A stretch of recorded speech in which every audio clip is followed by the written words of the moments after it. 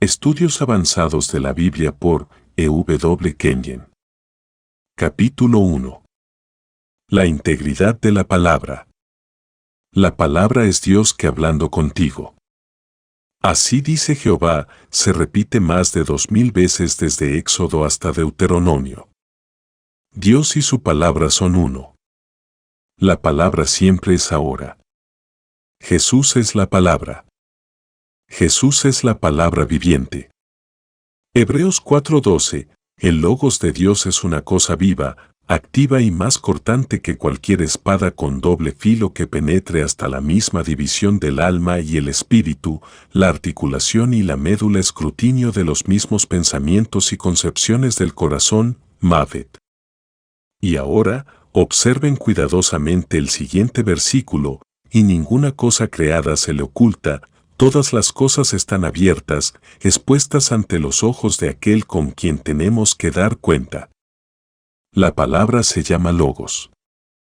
Jesús es el Logos, y el Logos es algo vivo, no en el libro, no en la página escrita, sino en los labios del creyente. No hay nada creado que esté escondido de él, esta palabra viva. La palabra nos examina, nos encuentra. Este párrafo debe ser estudiado cuidadosamente. La palabra es nuestro contacto con Dios. La palabra es nuestro contacto con Dios el Padre. Es su contacto con nosotros. Juan 16, 7 y 10, la Biblia de las Américas, dice, convencerá al mundo de pecado, de justicia y de juicio. Somos convencidos por la palabra. Esta convicción no puede provenir de otra fuente que la palabra. Es una triple convicción. Primero, convence de nuestra unión con Satanás, de juicio, porque el príncipe de este mundo es juzgado, que el hombre natural es juzgado en Satanás, es un hijo de Satanás. Juan 8:44 y 45 con primera de Juan 3:10. Observe cuidadosamente estas escrituras. Segundo, él convence de justicia, mostrando que aunque somos hijos del diablo, la justicia está disponible y nos pertenece. Y tercero, él convence del pecado porque no creemos en él. Solo hay un pecado por el cual el pecador será juzgado, el rechazo de Jesucristo. Somos recreados por la palabra. Santiago 1:18 dice, Él, de su voluntad, nos hizo nacer por la palabra de verdad, para que seamos primicias de sus criaturas. Lea Juan 3, 3 al 8. En primera de Pedro 1:23 dice, habiendo sido engendrados de nuevo, no de semilla corruptible, sino de incorruptible, a través de la palabra de Dios, que vive, American Versión Estándar. La palabra nos imparte vida eterna. Si no fuera por la palabra, no sabríamos que hubo una redención o una sustitución o una nueva creación. En 2 de Corintios 5, 17 y 18 dice, de modo que si alguno está en Cristo, nueva criatura es, las cosas viejas pasaron, he aquí todas son hechas nuevas. Y todo esto proviene de Dios, quien nos reconcilió consigo mismo por Cristo y nos dio el ministerio de la reconciliación. Nuestras mentes son renovadas por la palabra. Romanos 12:2 dice, no os conforméis a este siglo, sino transformaos, transfigurados, por medio de la renovación de vuestro entendimiento, para que comprobéis cuál sea la buena voluntad de Dios, agradable y perfecta. En Colosenses 3:10 dice, y revestido del nuevo, el cual conforme a la imagen del que lo creó se va renovando hasta el conocimiento pleno. La mente se renueva estudiando la palabra y actuando sobre ella. Uno puede estudiar la palabra por años, pero si no actúa, vive, no es un hacedor, la mente no se renueva. Santiago nos da el secreto en Santiago 1:22. Pero sed hacedores de la palabra, y no tan solamente oidores, engañándoos a vosotros mismos. Muchos estudiantes de la Biblia se engañan a sí mismos porque no están actuando, viviendo, haciendo la palabra. Estamos habitados por la palabra. Colosenses 3:16 dice, la palabra de Cristo mora en abundancia en vosotros, enseñándoos y exhortándoos unos a otros. ¿Qué quiere decir con dejar que la palabra more en nosotros ricamente? Esta es una de las frases más llamativas de esta epístola. En Juan 15:7 dice, si permanecéis en mí, y mis palabras permanecen en vosotros, pedid todo lo que queráis, y os será hecho. La palabra aquí es morar en nosotros, produciendo frutos de oración. Lea atentamente el siguiente versículo, en esto es glorificado mi Padre, en que llevéis mucho fruto, y seáis así mis discípulos. Es fruto de oración. Es la palabra que produce fruto de su propia clase en la vida del creyente. No es solo el compromiso de la palabra para memorizarla, algo que es valioso, sino dejar que la palabra se convierta en una parte integral de nuestros seres. Vive en nosotros. En Efesios 3:17 dice, para que habite Cristo por la fe en vuestros corazones, a fin de que, arraigados y cimentados en amor. Cristo y la palabra son uno. Es la palabra que mora en ustedes lo que equivale a que Cristo esté personalmente en ustedes. Dejar que la palabra tenga derecho de paso en su vida es permitir que Cristo tenga derecho de paso. La palabra que te domina es el señorío de Cristo en ti. Estamos edificados con la palabra. Hechos 20:32, y ahora, hermanos, os encomiendo a Dios, y a la palabra de su gracia, que tiene poder para sobreedificaros y daros herencia con todos los santificados. Él nos encomienda a la palabra de su gracia. Esta palabra construye la naturaleza de Cristo y la naturaleza de amor del Padre en el individuo. En otras palabras, Dios está construyéndose a sí mismo en nosotros, haciéndose a sí mismo parte de nosotros cuando la palabra nos domina, gobierna y satisface nuestra naturaleza espiritual. No se puede construir uno espiritualmente con filosofías o teorías sobre la palabra o en la historia de la palabra. Solo somos hechos espirituales por vivir en la palabra y por la palabra que vive en nosotros. Somos sanados por el Salmo 107:20 de palabra, Él envió su palabra y lo sanó. ¿Cuán pocos de nosotros hemos comprendido que la palabra es la que nos sana? Hablamos de la fe en la palabra, no hay nada malo en eso, pero es cuando Isaías 53:4 se convierte en una realidad en nuestro espíritu, ciertamente llevó Él nuestras enfermedades, y sufrió nuestros dolores, rendición marginal, y nosotros le tuvimos por azotado, por herido de Dios y abatido, que opera en nuestros cuerpos físicos. Él fue golpeado y herido de nuestras enfermedades y pecados. Y entonces la palabra declara en el versículo 5, por sus llagas fuimos curados. Lo leemos y meditamos sobre él, y sabemos que es verdad. Jeremías 1:12, la Biblia de las Américas, dice, yo velo sobre mi palabra para cumplirla. Sabemos que el Padre vela por su palabra y que hará que esa palabra sea buena en nosotros. Él dijo, ciertamente llevó Él nuestras enfermedades y sufrió nuestros dolores. Entonces no necesitamos llevarlas. Ellas no pueden ser parte de nosotros porque Él puso nuestras enfermedades y pecados en Jesús, al que no conoció pecado, por nosotros lo hizo pecado, para que nosotros fuésemos hechos justicia de Dios en Él. 2 de Corintios 5:21. La justicia de Dios no puede estar enferma entonces y no puede ser gobernada por el pecado. Satanás no tiene dominio sobre la justicia de Dios a menos que se la demos. Es la palabra que nos ha hecho saber esto. Es la palabra que nos ha salvado, nos ha recreado, y es la palabra que nos sana ahora. Es la palabra que nos hace amos sobre Satanás. Marcos 16:17, en mi nombre echarán fuera demonios. Es la palabra que nos ha enseñado el valor del nombre, la autoridad del nombre y nuestro derecho legal al uso del nombre. Así que es la palabra en realidad la que nos ha sanado. Conocemos al Padre a través de la palabra. En Juan 16, 27 y 28, pues el Padre mismo os ama, porque vosotros me habéis amado, y habéis creído que yo salí de Dios.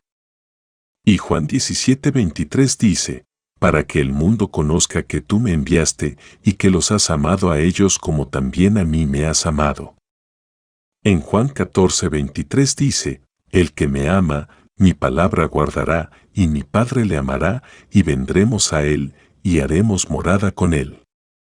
Estas tres escrituras demuestran, sin sombra de duda, que el Padre ama a sus hijos, a estas personas que son la nueva creación, tanto como él amó a Jesús, y que es una alegría para él hacer su hogar con ellos. ¿Qué significaría tener al Padre y a Jesús viviendo en su casa? Aseguraría la renta, los impuestos y todas las cuentas, porque el Padre pagaría sus cuentas y le permitiría cumplir con todas sus obligaciones. ¿Cuán íntimo desea llegar a ser con nosotros? Mateo 6, 31 a 33. La fe viene a través de la palabra. Romanos 10:8 dice, esta es la palabra de fe que predicamos. En Hebreos 12:2 dice, mirando a Jesús el autor y perfeccionador de nuestra fe. Solía preguntarme cómo podíamos mirar a Jesús. Entonces, cuando descubrí que la palabra y Jesús eran uno, yo sabía que al mirar a la palabra y actuar sobre ella, traía a Jesús inmediatamente a la escena. Y cuando supe cómo la fe es perfeccionada por nuestra actuación en la palabra, dejando la palabra suelta en nosotros, para vivir en nosotros, dominarnos, gobernarnos, yo había encontrado el secreto. Marcos 16:18 dice, pondrán las manos sobre los enfermos y se recuperarán. Esto no significa nada hasta que actuemos sobre ello. En mi nombre echarán fuera demonios. La escritura no significa nada hasta que actuamos sobre ella. Juan 15:16, todo lo que pidiereis al Padre en mi nombre, Él lo hará. Esta escritura es inútil, muerta, hasta que actuemos en ella. Es actuar sobre la palabra que edifica la fe en el creyente. Tú puedes tener todas las promesas, puedes tener el poderoso Espíritu que mora en ti, pero si no actúas en la palabra, Dios es impotente en ti. Actuar en la palabra hace a Jesús vitalmente real para el creyente. Segunda de Corintios 5:7. La palabra en nuestros labios. Romanos 10, 9-10 dice, porque si confesares con tu boca a Jesús como Señor, y con la boca se confiesa para salvación. Es la palabra en mis labios lo que cuenta. La palabra se convierte en algo vivo en los labios del creyente, trae al hombre no salvo bajo convicción, le da fe para actuar en la palabra, hace que el creyente confíe en el Señor con todo su corazón. Proverbios 3:5. Tu palabra se convierte en la palabra de Dios y tus labios se convierten en embajador de Dios. La palabra de Dios en tu boca, fresca del amor en tu corazón, arde en el corazón del oyente. Alimentándonos con la palabra. Mateo 4:4 dice, no solo de pan vivirá el hombre, sino de toda palabra que sale de la boca de Dios. En Jeremías 15:16 dice, fueron halladas tus palabras, y yo las comí, y tu palabra me fue por gozo y por alegría de mi corazón, porque tu nombre se invocó sobre mí, oh Jehová Dios de los ejércitos. El Salmo 78:24 al 25 dice, e hizo llover sobre ellos maná para que comiesen. Y les dio trigo de los cielos. Pan de nobles comió el hombre, les envió comida hasta saciarles. En Job 23:12 dice, del mandamiento de sus labios nunca me separé, guardé las palabras de su boca más que mi comida. Capítulo 2. La palabra prevalente. La palabra toma el lugar del Cristo invisible. La meditación de la palabra es una visita a Él. La palabra se convierte en parte de uno por medio de la meditación. La palabra que vive en nosotros entra en nuestra sangre. En Hechos 19:20, así crecía y prevalecía poderosamente la palabra del Señor. Un avivamiento en Efeso estaba sacudiendo a la nación. No era la predicación de Pablo, no era su lógica o filosofía, era la palabra de Dios. En Hechos 12:24 vemos, pero la palabra del Señor crecía y se multiplicaba. Creció en las mentes de la gente. Ganó la supremacía sobre ellos. La fe hace prevalecer la palabra. La fe viene cuando la palabra prevalece sobre los procesos de pensamiento. En Mateo 8, 23 al 27, vemos la palabra que prevalece en los labios de Jesús sobre las leyes de la naturaleza. Ustedes recuerdan que él dijo, vosotros de poca fe. Entonces se levantó y reprendió los vientos y el mar, y hubo una gran calma, y los hombres se maravillaron diciendo, ¿qué clase de hombre es este, que aun los vientos y el mar le obedecen? La palabra prevaleció en Mateo 8, 5 al 12. La palabra en los labios de Jesús prevaleció sobre la enfermedad en el siervo del centurión. En Mateo 14, 13 al 21, la palabra en los labios de Jesús gobernó la ley de la oferta y la demanda. 5 panes y 2 peces se multiplicaron de modo que 5,000 personas fueron alimentados y 12 cestas de fragmentos fueron dejados. En Juan 1, 1 al 3 dice, en el principio era el Verbo, y el Verbo era con Dios, y el Verbo era Dios. Este era en el principio con Dios. Todas las cosas por él fueron hechas, y sin él nada de lo que ha sido hecho, fue hecho. Jesús y la palabra son uno. Dios honra el lenguaje humano llamando a Jesús la palabra. Todo el universo fue creado por palabras. Un espíritu habló en Génesis 1, 14 al 19, que sean para luces en el firmamento del cielo para dar luz sobre la tierra. La palabra de Dios, un espíritu, crea cosas materiales, probando que el espíritu es mayor que el material. Juan 1:14, y el Verbo se hizo carne, y habitó entre nosotros. Mira, tenemos la palabra hablada en los labios de Jesús, entonces tenemos el Verbo hecho carne viviendo en medio de nosotros, entonces tenemos la palabra hablada en los labios de los apóstoles antes de la revelación paulina. En Primeras de Tesalonicenses 2:13 dice, por tanto, también damos continuamente gracias a Dios, porque cuando oísteis de mí la palabra hablada, no la recibisteis como palabra de hombre, sino como en verdad, la palabra de Dios, eficaz en vosotros que creéis, Mafet. Mientras Pablo estaba en Tesalónica era la palabra hablada, pero sus epístolas son la palabra escrita, la palabra dadora de vida. Como dice en Salmo 107, 20, envió su palabra, y lo sanó. Y esa palabra se manifestó en la carne, como la palabra hablada a través de los labios de Jesús, como la palabra hablada a través de los apóstoles, y finalmente fue puesta en papel en el lenguaje de los hombres para que tengamos un registro permanente de esta palabra viva. La palabra prevalece sobre los sentidos. Romanos 4, 17 al 19 nos da una imagen gráfica de la palabra que prevalece sobre el miedo y la esperanza y el conocimiento del sentido en la mente de Abraham. La palabra de Dios fue hablada por medio de un ángel a este hombre, y le declaró, te he puesto por padre de muchas gentes, delante de Dios, a quien creyó, el cual da vida a los muertos, y llama las cosas que no son, como si fuesen. Y observa cuidadosamente la siguiente oración, él creyó en esperanza contra esperanza, para llegar a ser padre de muchas gentes. La esperanza y la fe estaban en combate. La fe ganó y convirtió la esperanza en realidad. Recuerda Hebreos 11, 1, es, pues, la fe la certeza de lo que se espera. La esperanza está siempre en el futuro, es un sueño, nunca es real. La fe alcanza y agarra la esperanza y la lleva al reino del presente. Romanos 4:19, y no se debilitó en la fe al considerar su cuerpo, que estaba ya como muerto, siendo de casi 100 años, o la esterilidad de la matriz de Sara. Ese hombre había esperado un hijo. Ahora la fe transformó la esperanza en realidad.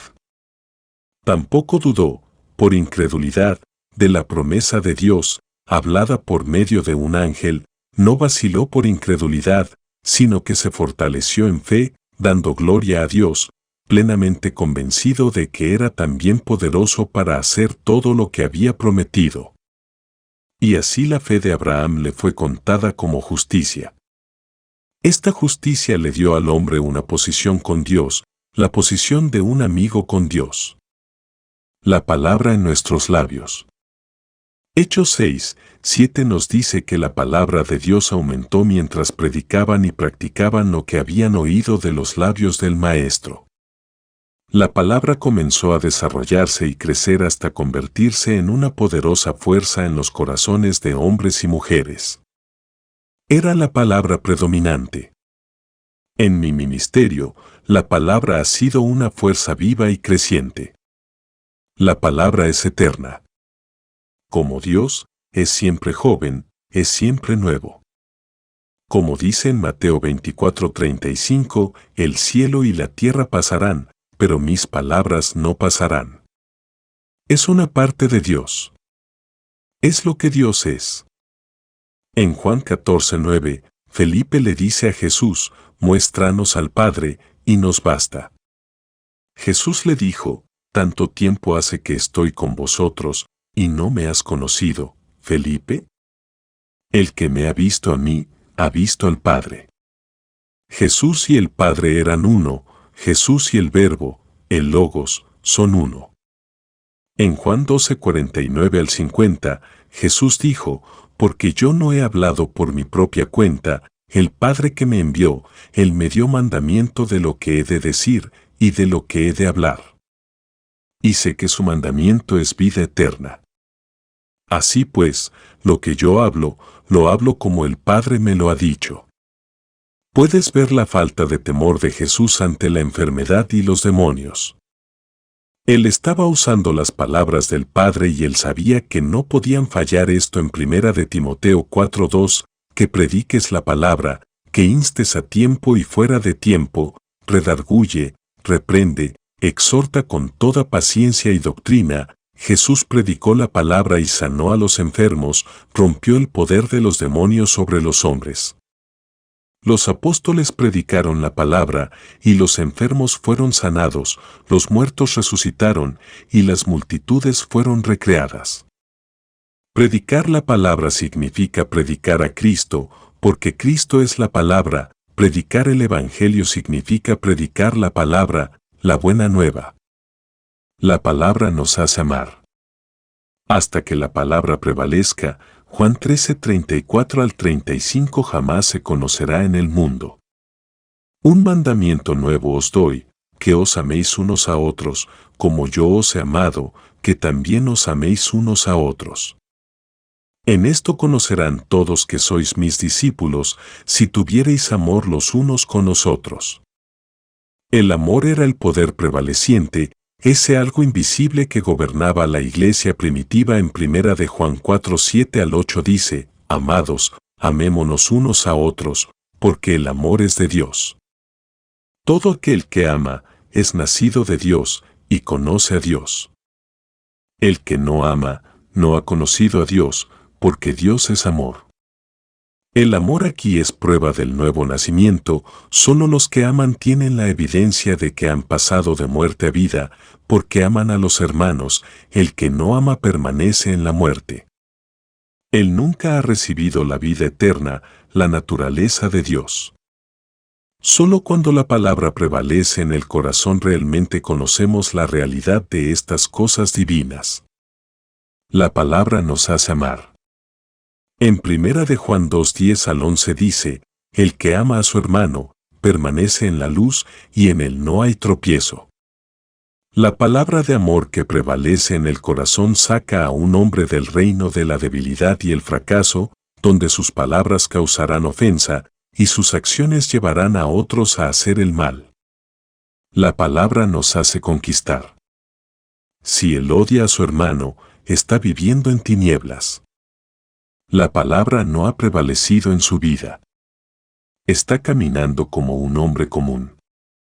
En 1 Corintios 3:3 dice, porque aún sois carnales, gobernados por los sentidos, pues habiendo entre vosotros celos, contiendas y disensiones, no sois carnales, y andáis como hombres, cuantos creyentes, al no prevalecer la palabra, viven como hombres comunes.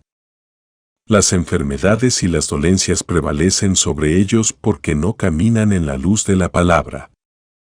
En Juan 8:12, Jesús dijo, yo soy la luz del mundo, el que me sigue no andará en tinieblas, sino que tendrá la luz de la vida.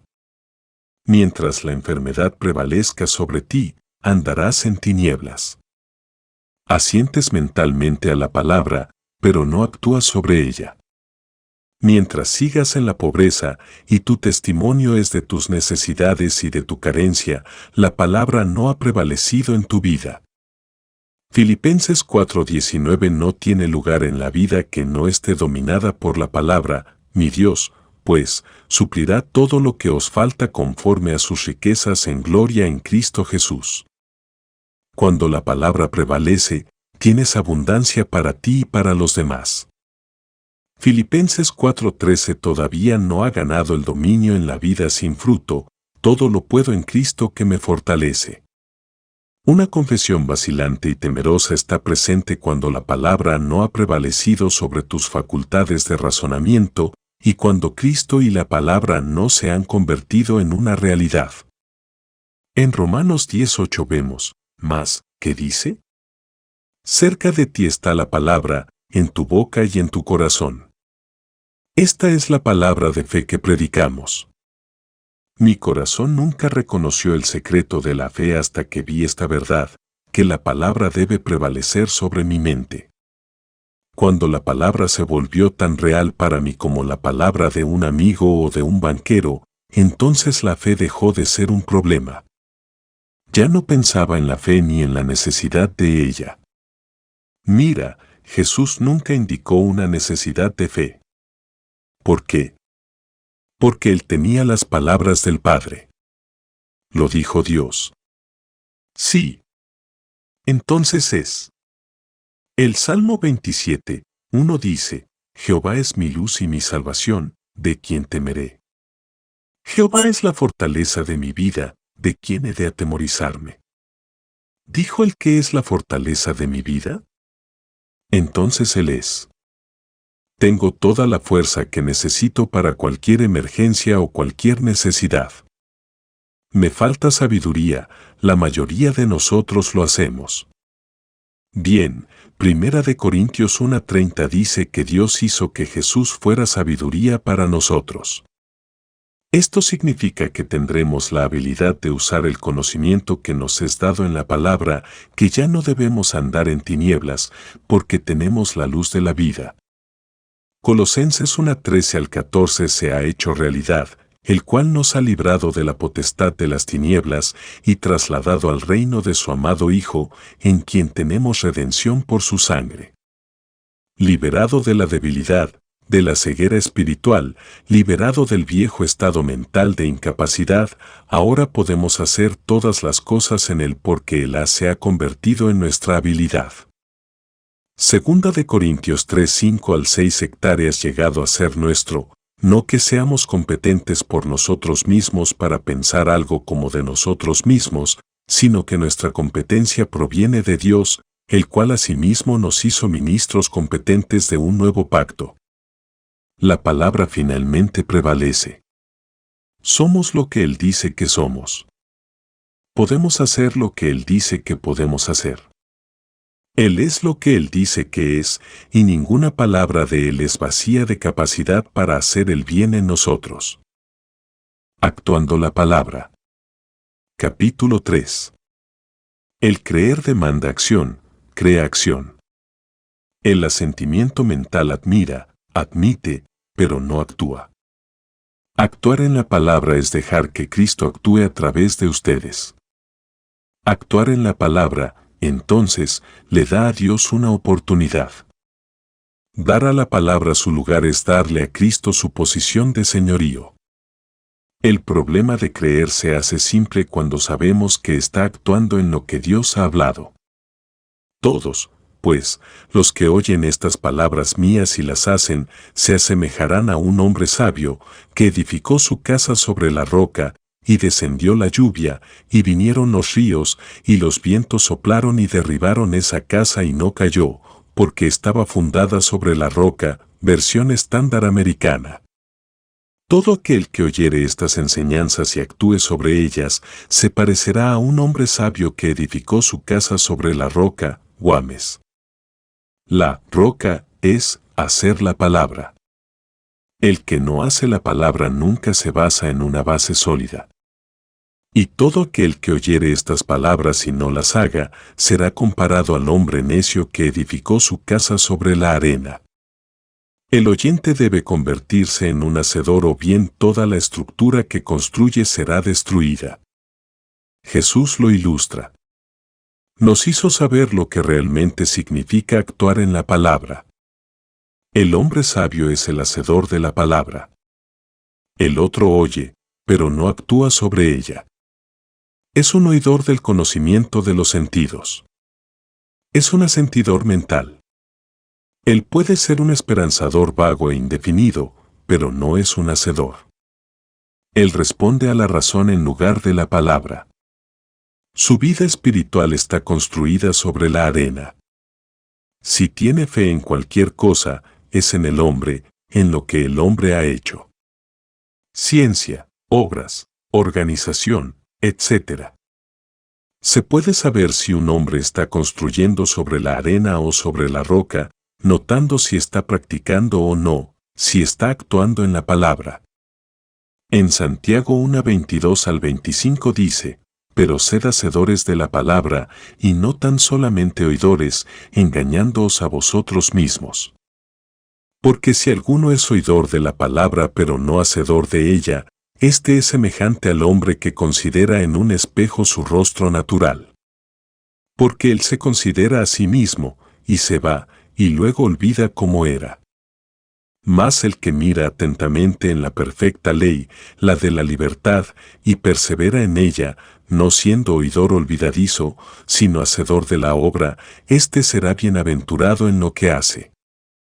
El autoengañado. El que piensa que el conocimiento es todo lo que es necesario fallará. Es el hacedor de la palabra, el hombre que la practica, la vive, camina en ella, que la edifica en su propia vida, a quien Dios honra. Hay un grave peligro de engañarnos a nosotros mismos. Conocemos la palabra. Podemos estar familiarizados con el griego o el hebreo original. Podemos conocer la historia de la palabra, pero todo eso es energía desperdiciada si no vivimos la palabra, la practicamos. Cuando estás en un lugar difícil y necesitas dinero, te vuelves decididamente al Señor, porque sabes que mi Dios suplirá todas tus necesidades. Has tomado tu lugar. Actúas como un verdadero creyente. En lugar de recurrir a los elementos mendigos del mundo, te vuelves al Padre.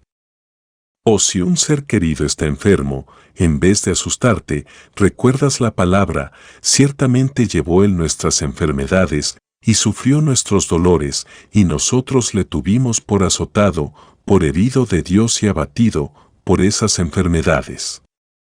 Lo sabemos ahora. Actuamos en esa palabra. No tememos, no estamos perturbados, porque sabemos que la palabra dice que por sus llagas fuimos curados. O si alguna calamidad ha llegado, algún rumor, el adversario ha movido cosas en nuestra contra, sabemos que la palabra nos dice en Isaías 54 horas y 17 minutos, ninguna arma forjada contra ti prosperará, y condenarás toda lengua que se levante contra ti en juicio. Esta es la herencia de los siervos de Jehová, y su salvación de mí vendrá, dijo Jehová. ¿Ves? Puedes confiar en Él. Te apoyas en Él. Tus expectativas están en Él. No te vuelves en mendicante buscando la ayuda del conocimiento de los sentidos. Hacemos la palabra, vivimos la palabra, actuamos la palabra, confiamos implícitamente en la palabra y sabemos que Dios y su trono están de vuelta de cada palabra. Eso nos da una tranquilidad y quietud. Juan 15:9 dice, permaneced en mi amor. Recuerda que Él te ama y que naciste de ese nuevo tipo de amor. ¿Recuerdas Primers de Juan 4:8, Dios es amor? Y recuerdas que eres un participante de su naturaleza, 2 Pedro 1:4. Y así, con una tranquila confianza, vives el amor, practicas el amor. Eres un hacedor de amor. No eres un oyente solamente. No solo eres un admirador del amor, sino un hacedor real. Vives en el reino del amor. Hablas amor, caminas en amor, vives la vida de amor. Como dice Juan 13:34 al 35, un nuevo mandamiento os doy que os améis unos a otros, como yo os he amado. Te enfrentas a eso directamente y definitivamente lo decides en tu propia vida, que vas a amar a los hombres a pesar de. Eso significa que vas a practicarlo. Es posible que los hombres no te entiendan. Ellos pueden pensar eres imprudente. Pero vives esta vida de amor. Estás tomando el lugar de Jesús, actuando como Jesús actuaría. Eres alguien que ama como Jesús amó, y no te estás engañando ahora, porque en Juan 8:12, Jesús dijo, yo soy la luz del mundo, el que sigue o practica lo que yo enseño, tendrá la luz de la vida. Vas a probar al mundo que tienes la luz. Los que andan en la razón humana andan en tinieblas y no saben a dónde van. Se han engañado a sí mismos. Las grandes enseñanzas son meras doctrinas para ellos, una parte de su credo. Ellos asentirán que es verdad, pero disienten cuando usted les pide practicarlo. El que ama como Jesús amó no engañará a nadie más. Son oidores de la palabra, simples habladores que son buenos entendedores, pero no hacedores. En Juan 15:5 al 8 dice, yo soy la vid, ustedes son las ramas, el que permanece en mí y yo en él, éste da mucho fruto. Juan 15:5 al 8. ¿Qué tipo de fruto es? Es fruto de amor, es fruto la fe, es fruto de oración. Es el mismo tipo de fruto que Jesús llevó. Estará haciendo lo que Jesús hizo. Si permanecéis en mí y mis palabras permanecen en vosotros, pedid todo lo que queráis, y os será hecho. El hacedor permanece en Cristo, y sus palabras están viviendo en Él en la medida en que las vive, las hace, las practica. Todas sus decisiones son hechas por la palabra. Él está viviendo en el reino del Cristo vivo. Observe este versículo 8, en esto es glorificado mi Padre, en que llevéis mucho fruto, y seáis así mis discípulos. ¿Qué tipo de fruto es? Es el fruto que viene de hacer la palabra. El oyente puede mostrar muchas flores de promesas, pero es el hacedor que entrega el fruto maduro. La palabra vive en él vive en la palabra. Él es la rama fructífera, un verdadero hacedor. La oración es una realidad. No está hablando en el espacio. Él está en la sala del trono en presencia del Padre. Aquí el nombre de Jesús siempre es honrado. Él recibe aquello que pide. ¿Notaste? Si permaneces en mí y mis palabras permaneces en ti. Esa es la verdadera acción de la palabra, no solo una doctrina, sino Dios hablando y Dios viviendo en su propia palabra en nosotros. El verdadero hacedor. Santiago 2:20, Mafet, la fe sin obras es estéril. Son meras palabras hermosas vacías, hermosas, pero nunca se cristalizan ni se hacen reales. Guames dice, sin acciones correspondientes. A menos que seas un hacedor de la palabra, no eres un creyente de la palabra. No tienes nada más que un asentimiento mental sin acción, una mera profesión vacía de religión de palabras. Jesús los llamaría un fundamento de arena, solo una casa de arena hecha por manos ociosas en la orilla del mar para ser destruida por la siguiente marea entrante. ¿Qué peligro es una religión de palabras si no hay acción correspondiente? Si uno no es un hacedor de la palabra, es un tonto edificador sobre la arena de los sentidos. En 1 Juan 3, 17 al 18 dice, pero el que tiene bienes de este mundo y ve a su hermano tener necesidad, y cierra contra él su corazón, como mora el amor de Dios en él. Hijitos míos, no amemos de palabra ni de lengua, sino de hecho y en verdad. ¿Cómo funciona el amor de Dios en un hombre que solo ama con palabras, palabras vacías, palabras ociosas? Él estudia la palabra, sabe todo sobre la palabra. Escucha, lo sabe, pero no lo hace. Actuemos amor, amemos. Somos producto del amor, hijos e hijas del amor. El amor nos trajo a la existencia, pero debemos dejar que el amor haga su obra perfecta en nosotros. Debemos dejar el amor desatado en nosotros. El amor lleva la luz. Entonces deja que el amor te guíe. Sigue a la luz del amor. Primera de Juan 1, 5 al 6. En Primera de Juan 3, 19 al 23 dice, y en esto conocemos que somos de la verdad, y aseguraremos nuestros corazones delante de Él, pues si nuestro corazón nos reprende, mayor que nuestro corazón es Dios, y Él sabe todas las cosas. Amados, si nuestro corazón no nos reprende, confianza tenemos en Dios, y cualquiera cosa que pidiéremos la recibiremos de Él, porque guardamos sus mandamientos, y hacemos las cosas que son agradables delante de Él. Y este es su mandamiento, que creamos en el nombre de su Hijo Jesucristo, y nos amemos unos a otros como nos lo ha mandado.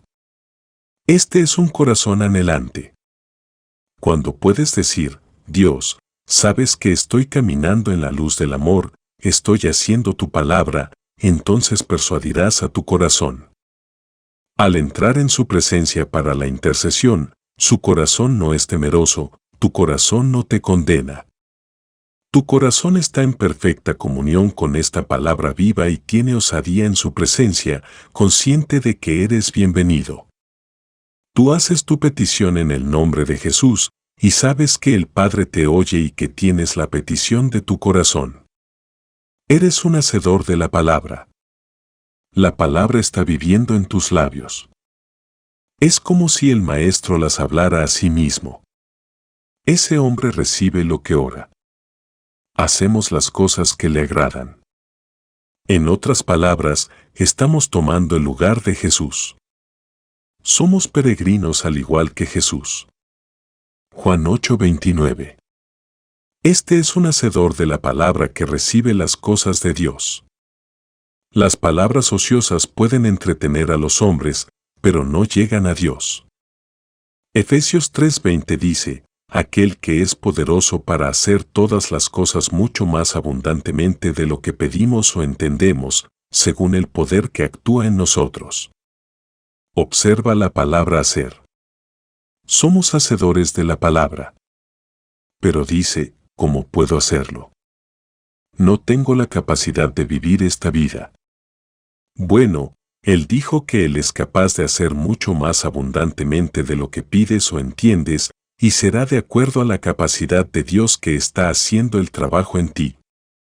Mateo 28 horas y 20 minutos dice, He aquí yo estoy con vosotros todos los días, hasta el fin del mundo. Él está contigo en la palabra viva. Él está contigo en la presencia del poderoso Espíritu que vive en ti. No nos ha dejado solos, y no nos dejará solos. Su habilidad es nuestra habilidad, su fuerza es nuestra fuerza. Cuando comenzamos a hacer la palabra, Él comienza a actuar en nosotros y a través de nosotros. Cómo nos emociona cuando nos damos cuenta de que Primera de Juan 4:4 es absolutamente cierto, vosotros sois de Dios, hijos míos, y los habéis vencido, porque mayor es el que está en vosotros que el que está en el mundo. No eres de este mundo, así como Jesús no es del mundo. Estás aquí, pero usted está energizado por él. Lo tienes como tu sabiduría. Primera de Corintios 1:30 es absolutamente cierto en su caso. Dios lo ha hecho sabio para ti. Él es tu redención también. Una redención de tu debilidad y fracaso y falta de habilidad e ignorancia. Eres redimido del temor de eso. Colosenses 1:9 nos dice que tenemos conocimiento exacto, conocimiento completo, conocimiento perfecto. Ese conocimiento está en la palabra cuando es iluminada por el Espíritu. El poderoso que está en nosotros está sacando de la palabra todo lo que necesitas y trayéndolo a ti mientras la estudias. Tu caminar será ahora el fruto de esa palabra. Qué emocionante es estar actuando juntos con Él. Segunda de Corintios 6:1. No estás actuando solo. Romanos 8:31 dice, si Dios está por nosotros, ¿quién contra nosotros? Continúa en la lección 4. Capítulo 4. Lo que la iglesia ha fallado en ver. Dios sabía lo que debía hacer para redimir al hombre. Él conocía la desesperanza del hombre bajo el dominio de Satanás. Efesios 2:12 dice, en aquel tiempo estabais sin Cristo, alejados de la ciudadanía de Israel y ajenos a los pactos de la promesa, sin esperanza y sin Dios en el mundo. Primero, el mundo gentil fue separado de Cristo y solo Cristo tenía vida eterna. Estaban alejados de la ciudadanía de Israel, no tenían parte alguna en el pacto abrahámico y eran extraños de los pactos de la promesa. No tenían parte en lo que era común para Israel, sin esperanza y sin Dios. Y sin embargo, ellos eran seres eternos. Esa sola escritura debe hacer evangelistas a cada creyente. Satanás fue conquistado por Jesús. En Hebreos 9:12 dice, y no por sangre de machos cabríos ni de becerros, sino por su propia sangre, entró una vez para siempre en el lugar santísimo, habiendo obtenido eterna redención. Lo que Dios ha dicho acerca de nuestra redención no ha significado nada para las multitudes que hay en la iglesia. Para los maestros es un hecho teológico, pero no es vital. En Efesios 1:7 dice, en quien tenemos redención por su sangre, el perdón de pecados según las riquezas de su gracia. 3 hechos poderosos. Aquí hay 3 hechos poderosos. En Cristo tenemos nuestra redención del dominio de Satanás. Es una redención eterna. Ahora está operativa. Tenemos la remisión de nuestros pecados. La palabra, perdón, no se traduce correctamente. Proviene de la palabra griega, aphesis. Siempre debe traducirse como remisión. La remisión significa borrar todo lo que hemos hecho hasta el momento en que llegamos a Cristo. No importa cuánto Satanás nos haya envuelto en sus trampas, en el momento en que nacemos de nuevo estamos ante Dios como nuevas creaciones sin el olor de nuestra vida pasada sobre nuestros espíritus. En el momento en que nacemos de nuevo, nos convertimos en la justicia de Dios en Cristo. Segunda de Corintios 5:21. El instante en que nos convertimos en la justicia de Dios, el dominio de Satanás sobre nosotros está roto. En lugar de ser esclavos del adversario, nos convertimos en amos del adversario. En vez de que las circunstancias nos dominen, nos convertimos en los amos de las circunstancias. En Filipenses 4:11, traducción del siglo XX, dice, no es que yo hable con respecto a la necesidad, porque he aprendido que en cualquier estado que esté, soy independiente de las circunstancias. Apocalipsis 1:17-18 dice, yo soy el primero y el último, y el que vivo, y estuve muerto, mas he aquí que vivo por los siglos de los siglos. Amén. Y tengo las llaves de la muerte y del Hades. Aquel que tiene las llaves de la muerte y el Hades es la cabeza y el Señor de la nueva creación. Colosenses 1:18, y Él es la cabeza del cuerpo que es la Iglesia, el que es el principio, el primogénito de entre los muertos, para que en todo tenga la preeminencia. Él está sentado sobre el trono a la derecha de la majestad del cielo. Efesios 2:6 declara que estamos sentados legalmente con Él en el cielo. Estábamos muertos en nuestros delitos. Él nos hizo vivos con Cristo y nos levantó con Él y nos hizo sentar con Él en los cielos en Cristo. Esa es nuestra posición legal con Dios hoy y el fundamento de nuestros derechos legales. El Espíritu Santo a través de la palabra puede hacer que nuestros derechos vitales presentes en la redención sean una realidad.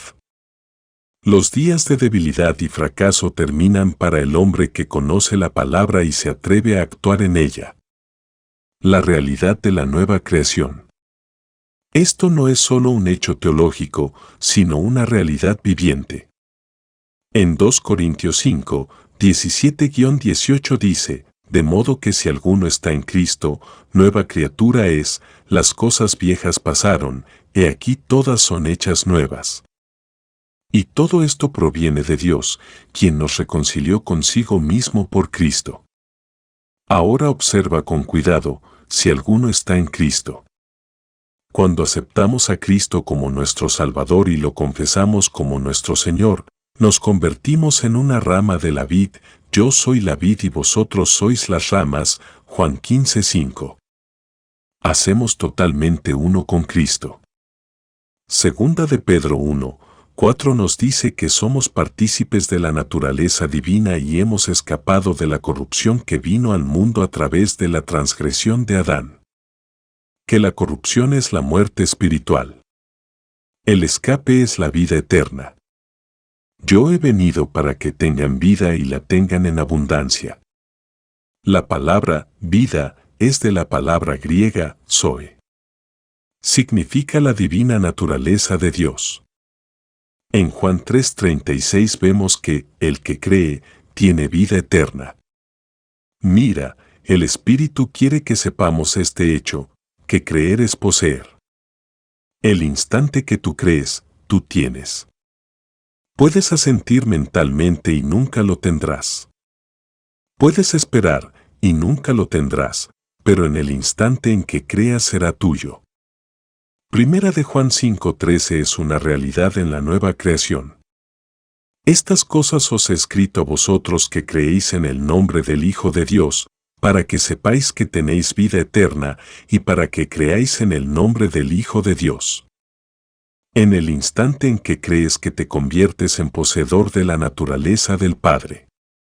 Tú te conviertes tanto en un hijo de Dios como Jesús lo fue en su andar en la tierra.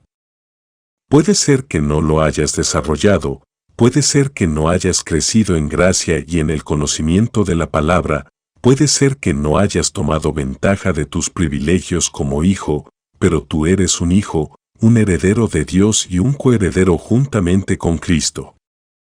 Hasta que reconozcamos que somos nuevas creaciones, los mismísimos hijos e hijas de Dios, nunca tomaremos nuestro lugar.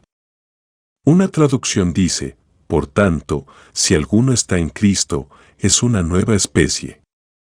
En la mente de Dios el viejo hombre ha dejado de ser. Un nuevo hombre ha tomado su lugar, y Efesios 4:23-24 se ha convertido en una realidad viva y emocionante. La autoridad de su nombre.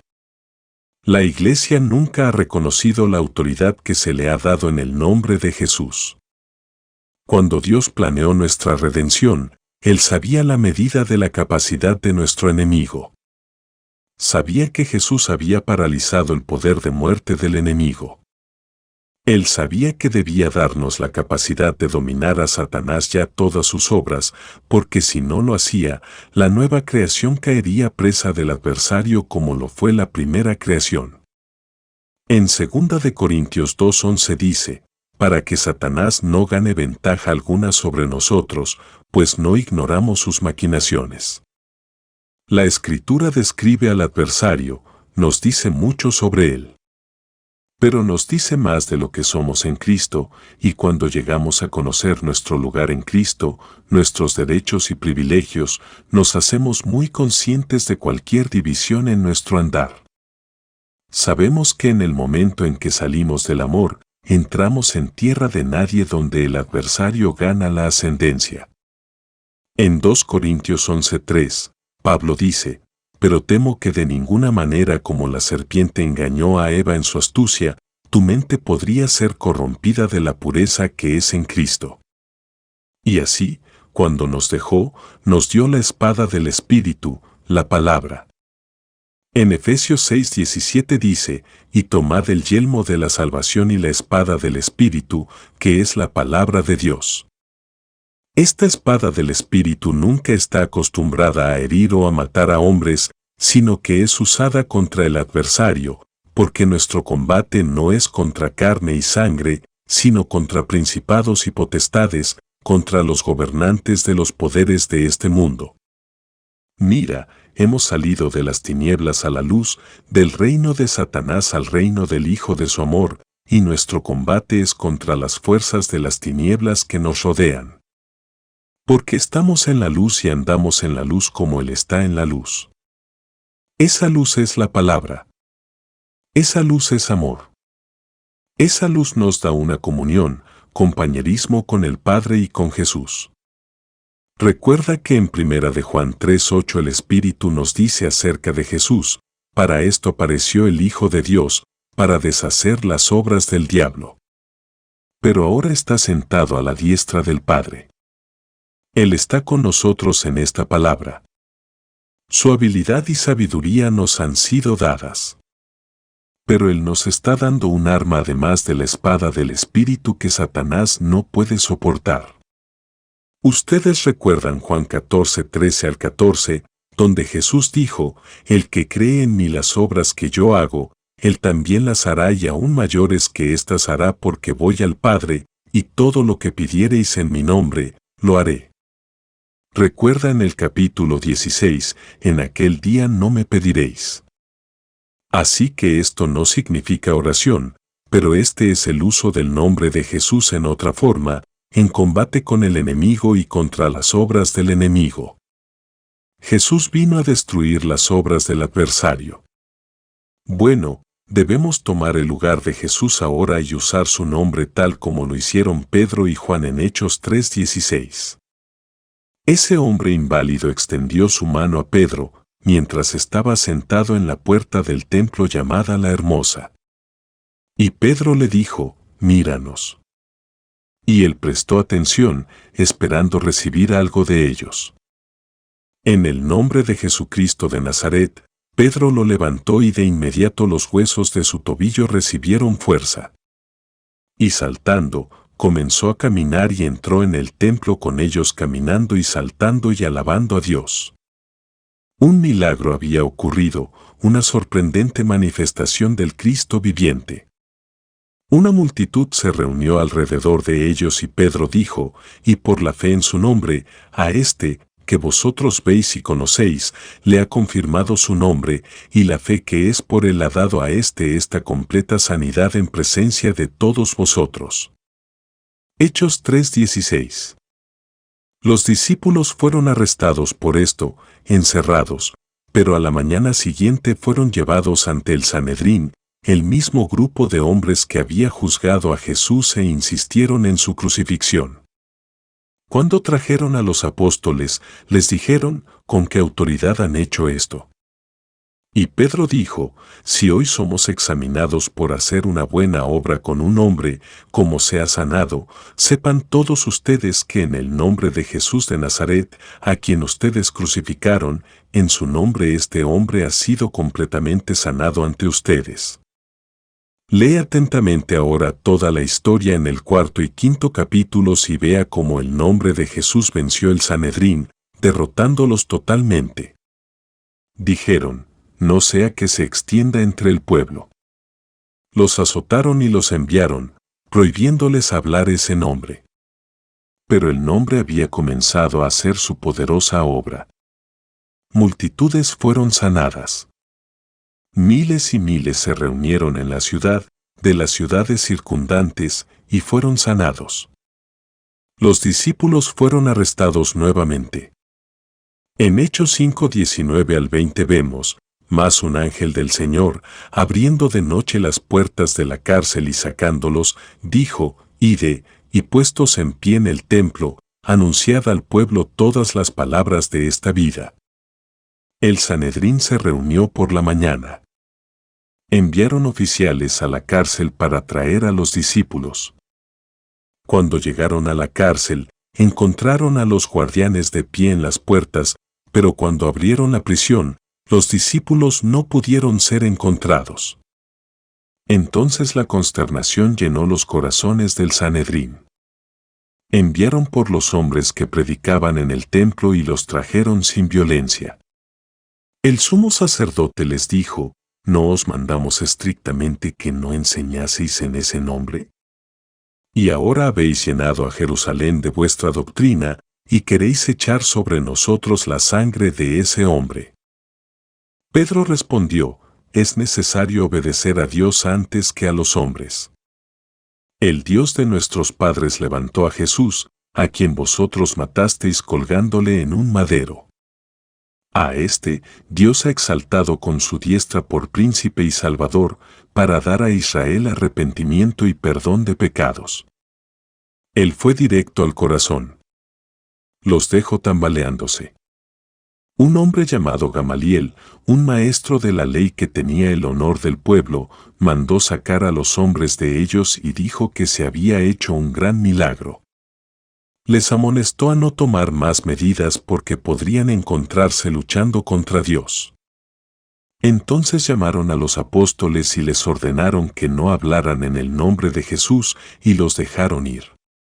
Nota que no se oponían a la enseñanza de la resurrección, pero tenían miedo de la autoridad que ese nombre tenía. ¿Ha perdido ese nombre su autoridad? La Iglesia nunca lo ha usado. Los escucha orar a Jesús y por el amor de Jesús, pero no escuchamos que nadie ore inteligentemente al Padre en este nombre. El poder legal. Mira, Jesús nos dio el poder de usar su nombre. Juan 15:16, y todo lo que pidiereis al Padre en mi nombre, Él os lo dará. Y en Juan 16:23 y 24, leemos, en aquel día no me preguntaréis nada. De cierto os digo, que todo cuanto pidiereis al Padre en señales que mi nombre, os lo dará. Hasta ahora nada habéis pedido en mi nombre, pedid, y recibiréis, para que vuestro gozo sea cumplido. También en Marcos 16:17, leemos en la Gran Comisión, y estas señales seguirán a los que creen. Entonces encontramos, y ellos, saliendo, predicaron en todas partes, ayudándoles el Señor y confirmando la palabra con las la seguían. Nuestra valiente canción. El Salmo 46:1 es tuyo, Dios es nuestro amparo y fortaleza, nuestro pronto auxilio en las tribulaciones.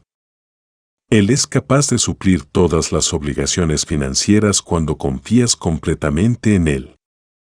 Pero, será necesario que entres en negocios con Él.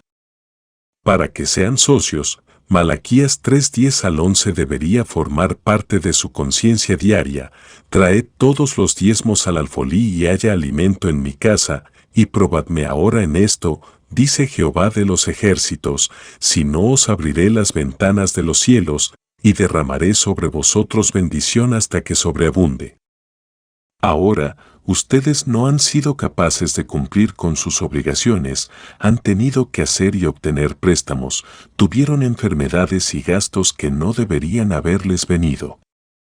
Nota el versículo 11, reprenderé también por vosotros al devorador, y no os destruirá el fruto de la tierra, ni vuestra vid en el campo será estéril, dice Jehová de los ejércitos. Satanás ha tratado de mantenerte en esclavitud. Te ha sucedido una cosa después de otra que ha mantenido vacío tu bolsillo. Ahora el Padre ha prometido velar por tus finanzas para que no tengas cuentas innecesarias que pagar. Si tienes una confianza sin temor en Él, Él verá que las bendiciones se derramarán sobre ti. Pero si está dudando y confías en Él hoy y le dudas mañana, se encontrará caminando solo. El sentido de maestría. Cuando sabes que está atado a Él y que Él está detrás de ti, te da un sentido de superioridad. Isaías 41:10 es peculiarmente tuyo. No temas, porque yo estoy contigo, no desmayes, porque yo soy tu Dios que te esfuerzo, siempre te ayudaré, siempre te sustentaré con la diestra de mi justicia. Ahora observa esta oración. Yo estoy contigo. Él está en tu hogar contigo, Él está en la tienda contigo, Él está en la escuela contigo. No temas, porque yo soy el Dios Todopoderoso, Creador del universo, yo soy tu Padre, yo te cuido, no te angusties, porque yo soy tu Dios. No conozco ninguna otra declaración en las Escrituras que me emocione de esa manera. Yo soy tu Dios, tu Padre Dios, la fuerza de tu vida, tu sabiduría, tu habilidad. Yo soy tu cuidador, yo soy todo lo que necesitas. Y luego susurra, yo te fortaleceré, no importa cuál sea tu trabajo. Si es fuerza física, Él es tu suficiencia. Si es fortaleza mental, Él te suple. Y si es fuerza espiritual, Él te dará fortaleza para enfrentar las imposibilidades, Él está allí. ¿Te das cuenta? Yo estoy contigo, pero eso está en el antiguo pacto. Ahora Él dice, mayor es el que está en vosotros que el que está en el mundo, 1 Juan 4:4. Recuerda al Dios dentro. Israel podía vencer a todos los ejércitos que vinieron contra ellos, porque Dios estaba con ellos. ¿Cuánto más puede Dios hacer por medio de nosotros cuando somos conscientes de su presencia interior? Cuando las cosas presionan duro, susurramos suavemente, Él está dentro de mí, y el Dios dentro de mí es más poderoso que todas las fuerzas que puedan venir contra mí. Así que descansamos tranquilamente. Y Él dice, yo te sostendré con la diestra de mi justicia. Bueno, Jesús es mi justicia, así que soy sostenido por la capacidad de Dios, y la justicia de Dios investida en su Hijo, Jesús, para mí. Hay una fase de esta vida que no hemos mencionado. Es tan vago en la mente de la mayoría de nosotros que somos la justicia de Dios, y que 2 Corintios 9:8 es nuestro, y poderoso es Dios para hacer que abunde en vosotros toda gracia, a fin de que, teniendo siempre en todas las cosas todo lo suficiente, abundéis para toda buena obra. No solo vas a pagar tus obligaciones, sino que vas a ser capaz de ayudar a la causa de Cristo. Serás capaz de distribuir literatura y libros que construyan la fe en otros. Puedes ser capaz de llevar al extranjero el mensaje de la vida eterna. Serás capaz de dar a los pobres. Y ahora observe el 10º versículo. Vas a aumentar los frutos de tu justicia. Tú eres la justicia de Dios. Puedes tomar el nombre de Jesús. Ustedes saben Marcos 16, 17 al 20. Ustedes saben que el secreto del señorío de Jesús sobre los demonios, sobre las leyes de la naturaleza, sobre las obras del adversario, fue porque Él era justo. Ahora ustedes se han hecho justos con su justicia, así como son fortalecidos con su fuerza, como pueden amar porque su amor fue derramado en su corazón. Lean Romanos 5:5. Puedes amar como Él amó. Puedes gobernar las fuerzas de las tinieblas, Él lo hizo. No tienes miedo a la enfermedad. No tienes miedo de nada que pueda venir. Eres el amo. Mira, cuando tomamos estas escrituras en serio, sabiendo que Dios nos quiere decir exactamente lo que nos dice, nos saca del antiguo reino de la debilidad y el fracaso. Ya no es, no puedo, sino, puedo hacer todas las cosas en aquel que es mi habilidad. Él está ansiando que nosotros aumentemos los frutos de nuestra justicia en Cristo para que nos enriquezcamos en todo. Somos capaces de ministrar a las necesidades de los que nos rodean. Algunos de ustedes nunca han sido capaces de dar mucho dinero. Puedes ser capaz si lo dejas suelto en ti. Él puede permitirte dar. Él puede permitirte ganar. Puede hacer que la gente te dé a ti. Todo depende de tu actitud hacia lo que eres en Cristo. ¿Puedes hacer todas las cosas por medio de aquel que te fortalece? ¿Tienes derecho a usar el nombre de Jesús? ¿No te das cuenta? Yo soy la vid y vosotros sois las ramas. Juan 15:5. Medita sobre esto. ¿No dijo él, si permanecen en mí y mis palabras permanecen en ustedes, pidan lo que quieran y les será hecho? ¿No puede la rama dar fruto de la vid? ¿Hay alguna limitación? Si no lo limitas, entonces eres ilimitado.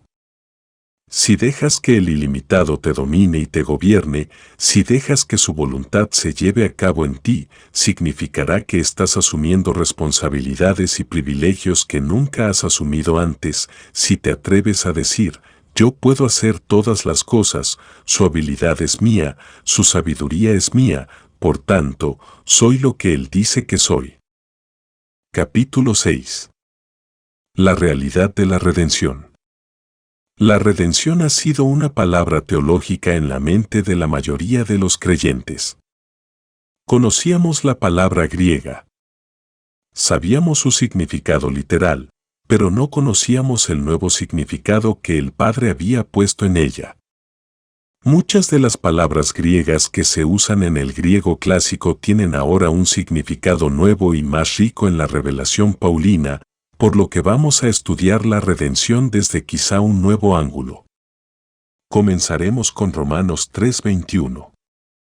Recuerda que la palabra clave para Romanos es la justicia, o la capacidad de permanecer en la presencia del Padre sin un sentimiento de culpabilidad o de inferioridad, permanezca ahí sin condenar o el sentido de la conciencia del pecado. La razón. Esto no podía ser mientras estuviéramos bajo el dominio de un enemigo. No podía ser mientras la naturaleza de ese enemigo estuviera en nuestros espíritus, así que debe haber una redención de la naturaleza de Satanás y una redención del temor de Satanás y de sus obras. Así que el Espíritu a través del apóstol nos dice que la justicia de Dios ha sido descubierta y que la justicia viene al hombre a través de la fe en Jesucristo y pertenece a todos aquellos que reconocen a Cristo como Salvador y lo confiesan como su Señor.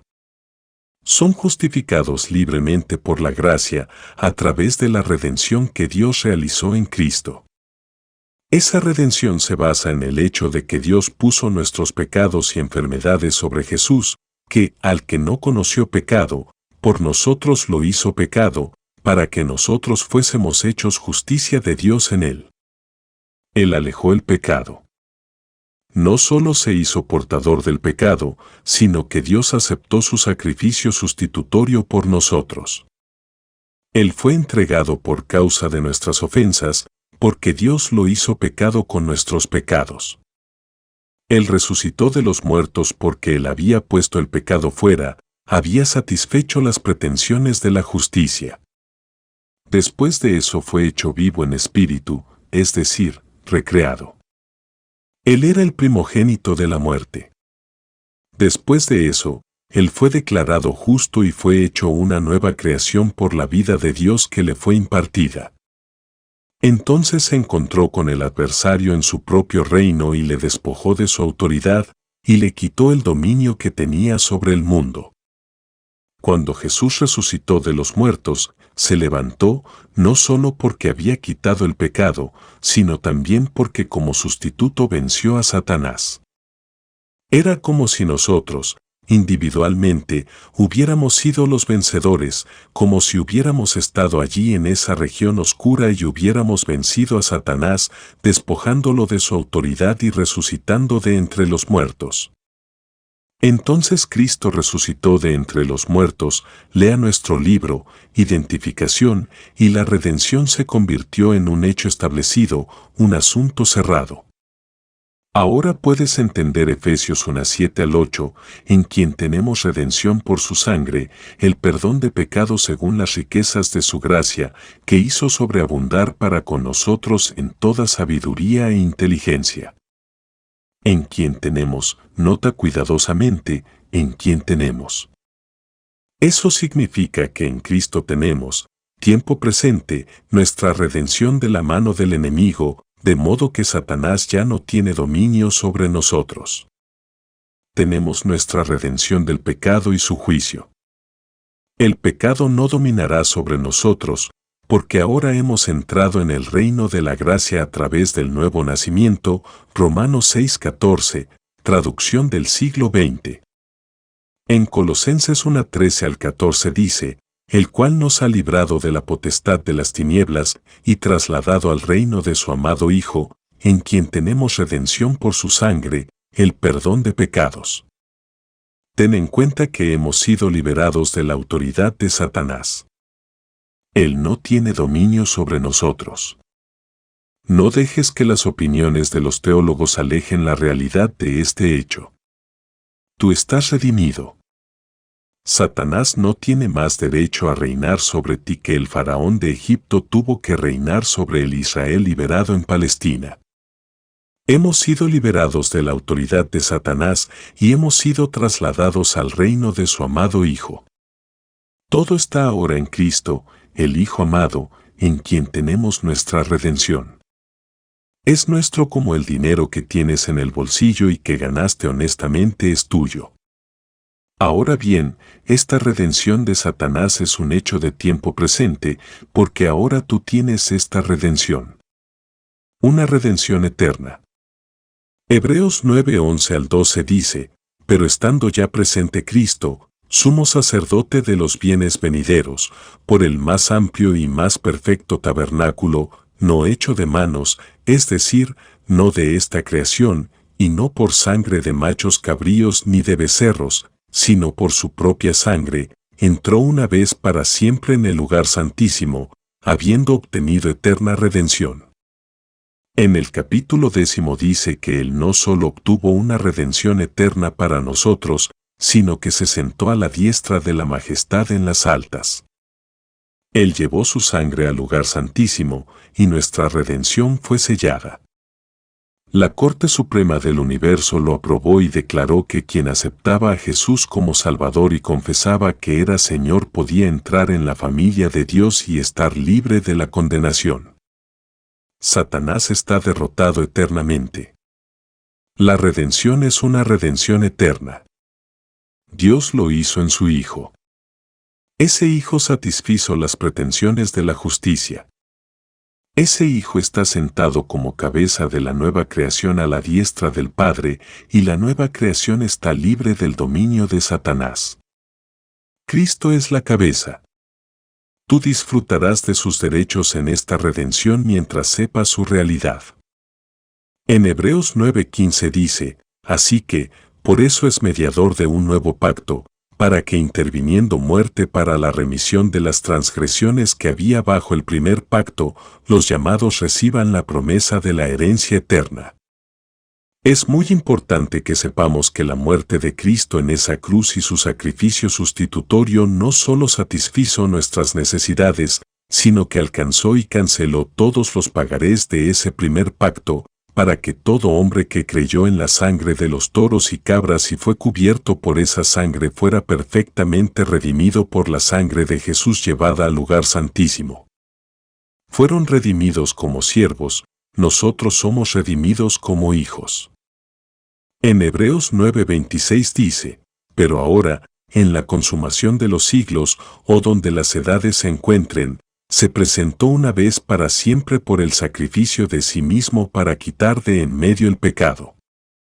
Mientras alguien sostenga su redención como una teoría o como una doctrina, no le dará sentido de la realidad, pero tan pronto como levante la vista y diga, Padre, te doy gracias por mi redención perfecta, que mi cuerpo ya no está bajo el dominio de Satanás, que mi mente y mis sentidos ya no están dominados por el adversario, soy libre, y por tu gracia no me enredaré de nuevo en el yugo de la esclavitud. entonces será real. La nueva creación. Mientras el cristianismo era para mí un simple perdón de pecados con una justificación teológica, no había sentido de realidad en ella, pero cuando llegué a saber que Jesús fue recreado y leí, «Tú eres mi Hijo, te he engendrado hoy», supe que resucitó de los muertos, para no volver a la corrupción. Hechos 13, 33 al 35. En Colosenses 1:18 dice, «Y Él es la cabeza del cuerpo que es la Iglesia, el que es el principio, el primogénito de entre los muertos, para que en todo tenga la preeminencia». Mira, Jesús fue hecho pecado con nuestro pecado. Se convirtió en nuestro sustituto. Nosotros morimos con Él. Fuimos sepultados con Él. Fuimos juzgados con Él. Él fue al lugar donde debíamos ir, y sufrió allí hasta que se cumplieron las demandas de justicia contra nosotros, hasta que todas las demandas fueron satisfechas. Primera de Pedro 3:18 declara que Él fue vivificado en espíritu, esto es, no del Espíritu Santo, sino de su propio espíritu, porque Él había muerto en el espíritu y su cuerpo se había hecho mortal, así que Él debía ser vivificado. Primera de Timoteo 3:16 declara que fue justificado en el Espíritu. Ahora entendemos el milagro de su sustitución, porque cuando fue recreado, nosotros en la mente de la justicia fuimos recreados. Efesios 2:10 dice, porque somos hechura suya, creados en Cristo Jesús para buenas obras, las cuales Dios preparó de antemano para que anduviésemos en ellas. La nueva creación tuvo lugar así como la redención tuvo lugar, así como la justicia tuvo lugar. Nuestra nueva creación se convirtió en un hecho en la mente de la justicia en el momento en que Él fue vivificado en el Espíritu.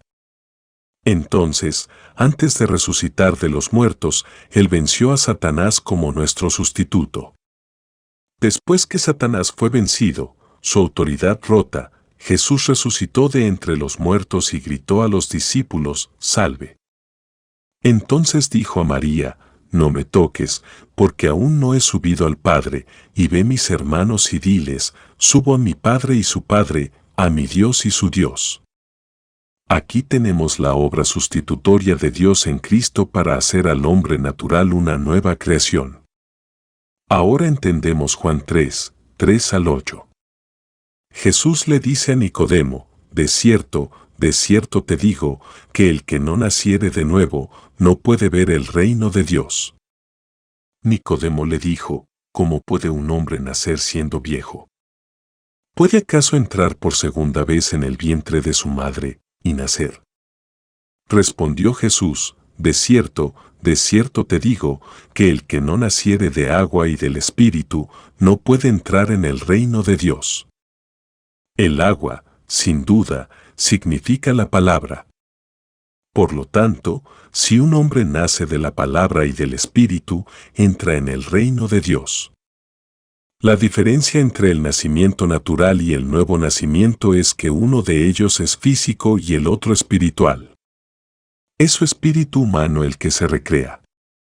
Ahora vuelve a 2 de Corintios 5:17, de modo que si alguno está en Cristo, nueva criatura es, las cosas viejas pasaron, he aquí todas son hechas nuevas. Aquí hay una descripción de la nueva creación que se nos revela en Romanos 6:1 al 16, donde tenemos el lado legal del nuevo nacimiento. El lado vital. Este hombre que está en Cristo es una nueva creación, una nueva especie. Ha recibido en su espíritu la naturaleza y la vida de Dios. Cuando lo hizo, la antigua naturaleza que lo había dominado murió y una nueva naturaleza tomó su lugar. Y todo esto proviene de Dios, quien nos reconcilió consigo mismo por Cristo y nos dio el ministerio de la reconciliación, 2 de Corintios 5:18. Pero ten en cuenta ahora que este hombre está en Cristo. Él ha aceptado a Cristo como su Salvador y lo confesó como su Señor. Romanos 10, 9 al 10. 2 Pedro 1, 4 dice que Él nos hizo participantes de la naturaleza divina. En 1 de Juan 5:13 dice, estas cosas os he escrito a vosotros que creéis en el nombre del Hijo de Dios, para que sepáis que tenéis vida eterna, y para que creáis en el nombre del Hijo de Dios. Puedes ver que la nueva creación es puesta en existencia por la vida y naturaleza de Dios, y esta nueva creación está esperando a todo hombre no salvo. Esta obra es aceptada, terminada por Jesús cuando se sentó a la diestra del Padre. No fue terminada en la cruz.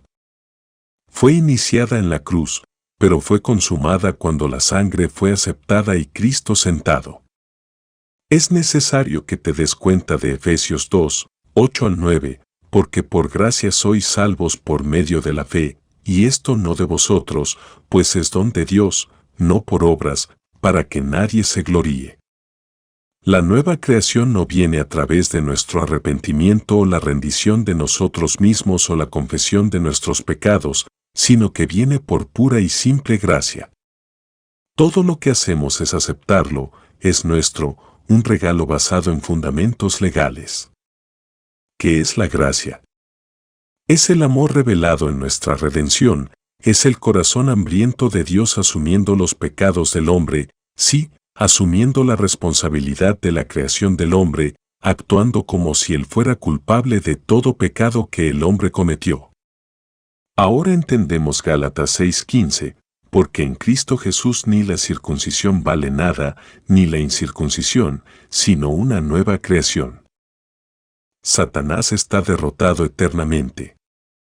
La redención es una redención eterna. Dios lo hizo en su Hijo. Ese Hijo satisfizo las pretensiones de la justicia. Ese Hijo está sentado como cabeza de la nueva creación a la diestra del Padre, y la nueva creación está libre del dominio de Satanás.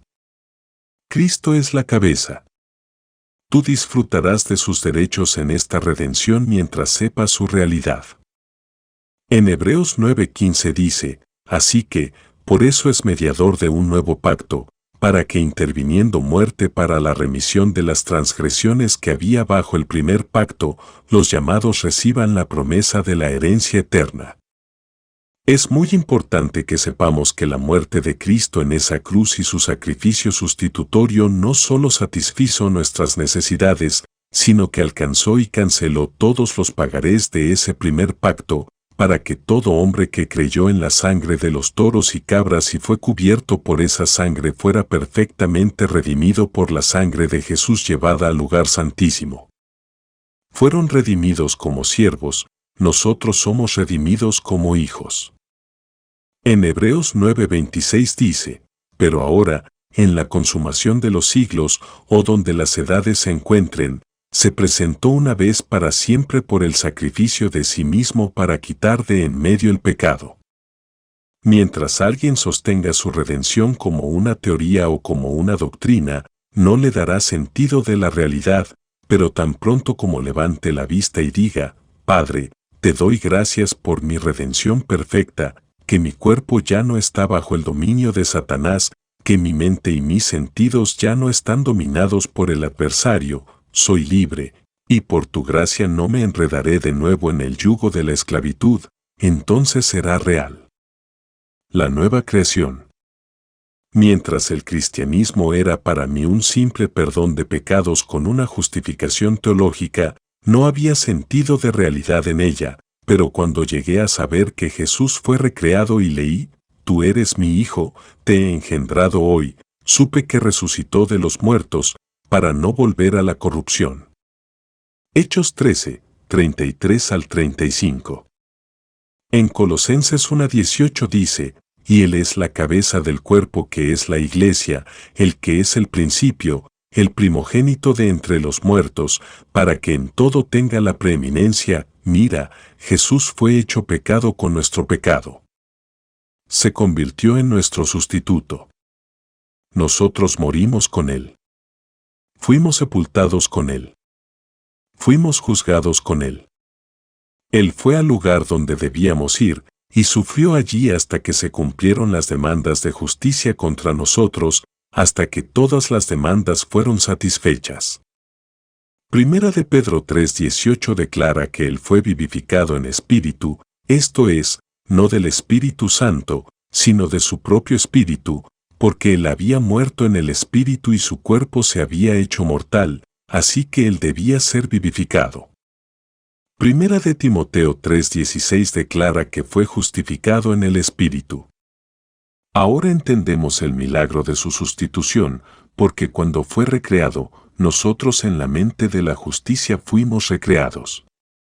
Efesios 2:10 dice, porque somos hechura suya, creados en Cristo Jesús para buenas obras, las cuales Dios preparó de antemano para que anduviésemos en ellas.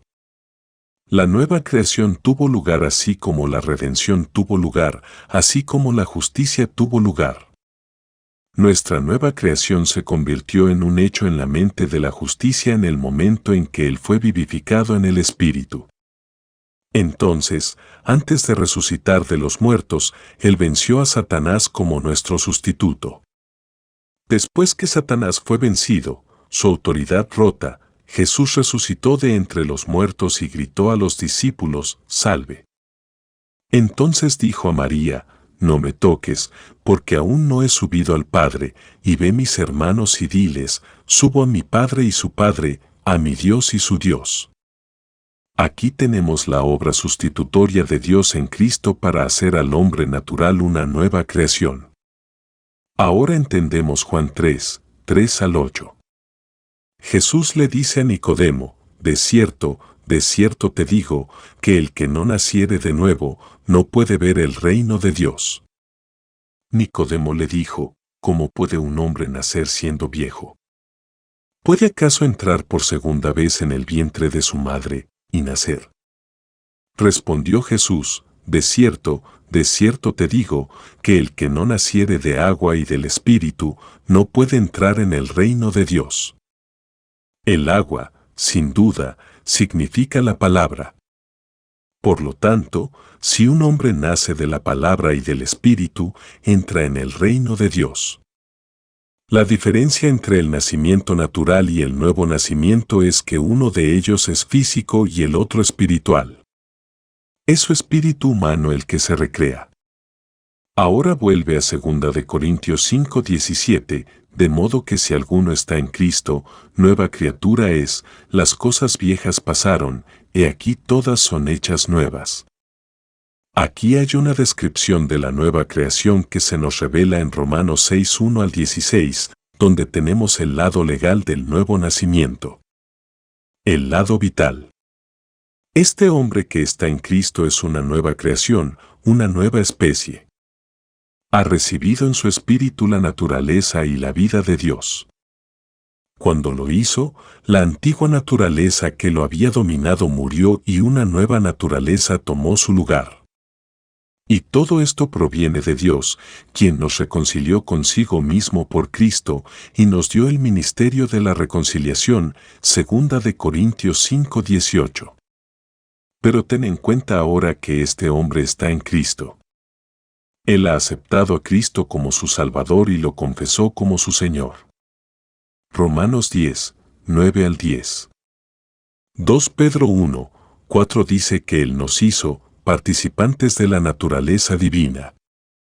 En 1 de Juan 5:13 dice, estas cosas os he escrito a vosotros que creéis en el nombre del Hijo de Dios, para que sepáis que tenéis vida eterna, y para que creáis en el nombre del Hijo de Dios.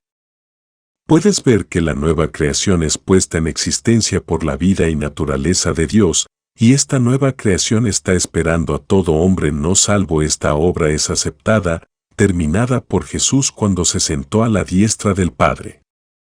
No fue terminada en la cruz. Fue iniciada en la cruz, pero fue consumada cuando la sangre fue aceptada y Cristo sentado.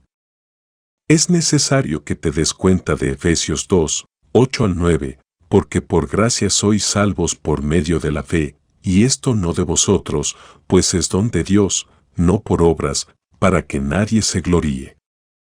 La nueva creación no viene a través de nuestro arrepentimiento o la rendición de nosotros mismos o la confesión de nuestros pecados, sino que viene por pura y simple gracia. Todo lo que hacemos es aceptarlo, es nuestro, un regalo basado en fundamentos legales. ¿Qué es la gracia? Es el amor revelado en nuestra redención, es el corazón hambriento de Dios asumiendo los pecados del hombre, sí, asumiendo la responsabilidad de la creación del hombre, actuando como si él fuera culpable de todo pecado que el hombre cometió. Ahora entendemos Gálatas 6:15, porque en Cristo Jesús ni la circuncisión vale nada, ni la incircuncisión, sino una nueva creación. Ninguna obra que el hombre pudiera hacer tendría valor alguno. ¿Por qué? Porque todo hombre estaba espiritualmente muerto y las cosas buenas que hacía para redimirse eran las obras de un hombre espiritualmente muerto.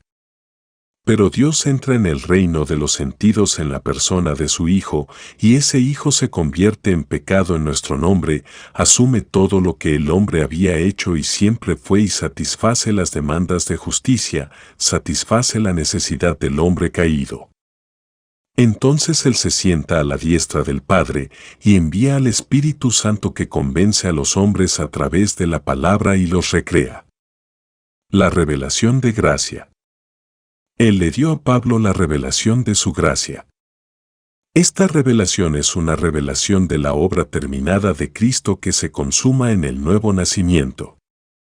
Tú entiendes que todos los planes de Dios nos fueron revelados en el primer pacto. Él estaba señalando el gran acontecimiento cuando Dios, sobre una base legal, pudiese impartir al hombre su propia naturaleza y hacerle una nueva creación. Puedes ver cómo el perdón de los pecados no tocaría el asunto, que la confirmación de un niño por un sacerdote no podría alcanzar al asunto. Debe haber una nueva creación. Ese niño debe recibir la vida eterna, la naturaleza de Dios, porque el hombre natural está sin Dios. Él está sin esperanza y está en el mundo. Está gobernado por Satanás. Es muy importante que entendamos la diferencia entre el perdón y la remisión de los pecados. Un hombre recibe la remisión de los pecados cuando nace de nuevo. Puede recibir el perdón de los pecados después de nacer de nuevo tan a menudo como él peca. Recuerda un Juan 1:19, si confesamos nuestros pecados, Él es fiel y justo para perdonar nuestros pecados y para limpiarnos de toda maldad.